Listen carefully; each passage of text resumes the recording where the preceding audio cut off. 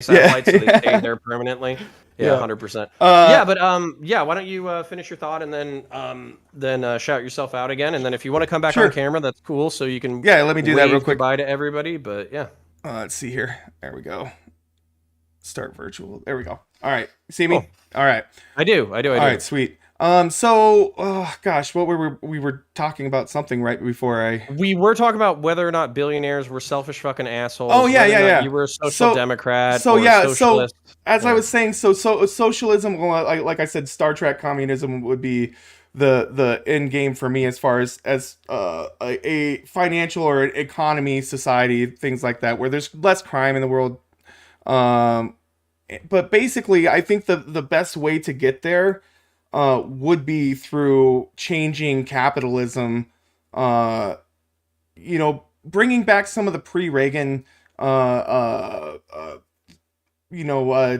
things that we had as provisions that we had on certain things like trading and the reporting of money.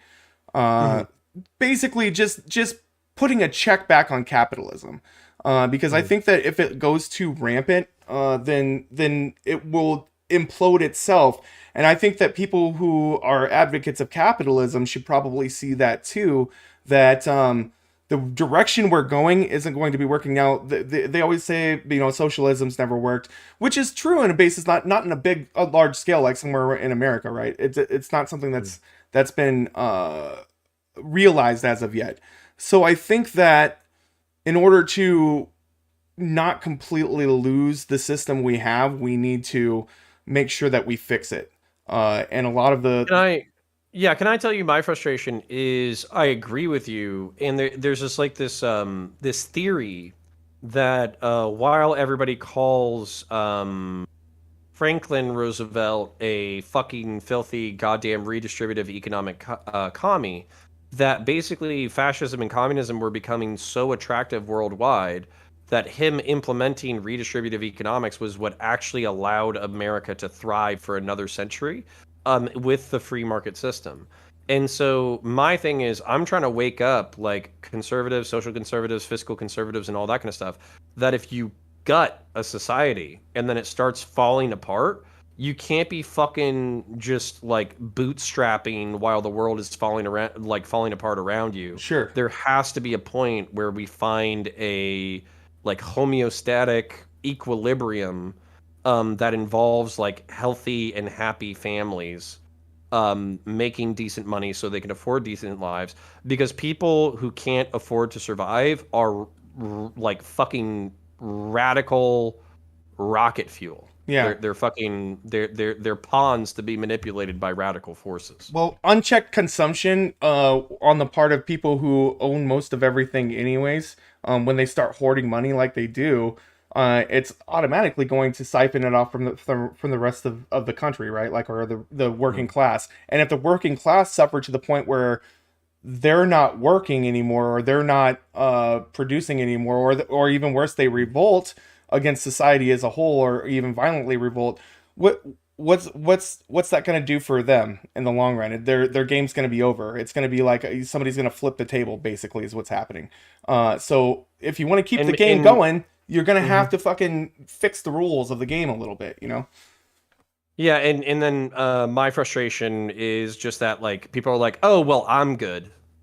And it's like, cool, I don't give a fuck about you. I'm happy you're doing good. Like, good for you, fuckface. There's plenty of other people besides you. So if everybody else is doing shit, but you're doing good, that's a fucking problem. And I think that's what people don't really understand, is if we get to a point where if we all do good, all of us are going to do better. Like, it's just going to be a situation where it's going to be all hands on deck for progress, and we're going to eventually be able to realize things that we want to, like, building a fucking city on Mars that, is sustainable to life.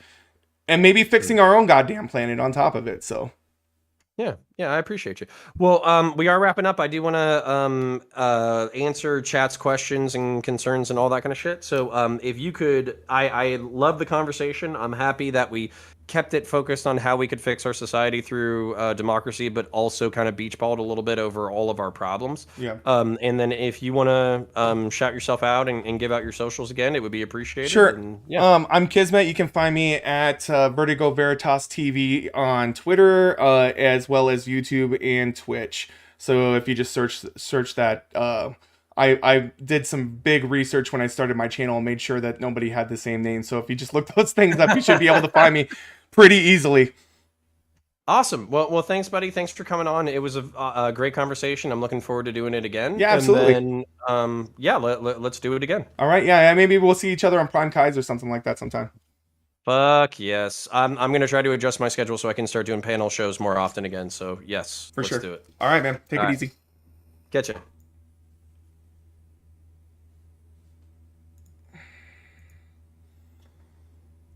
All right. That was a fucking fantastic conversation. I didn't know how that would go, how contentious it would be. Like I said, I always thought that he was good faith, and every conversation I've seen him have has been good faith. When he's talking to people, you know, seems like a down to earth guy. Really glad that we got to do that. I'm probably gonna cut it short. It is midnight here already.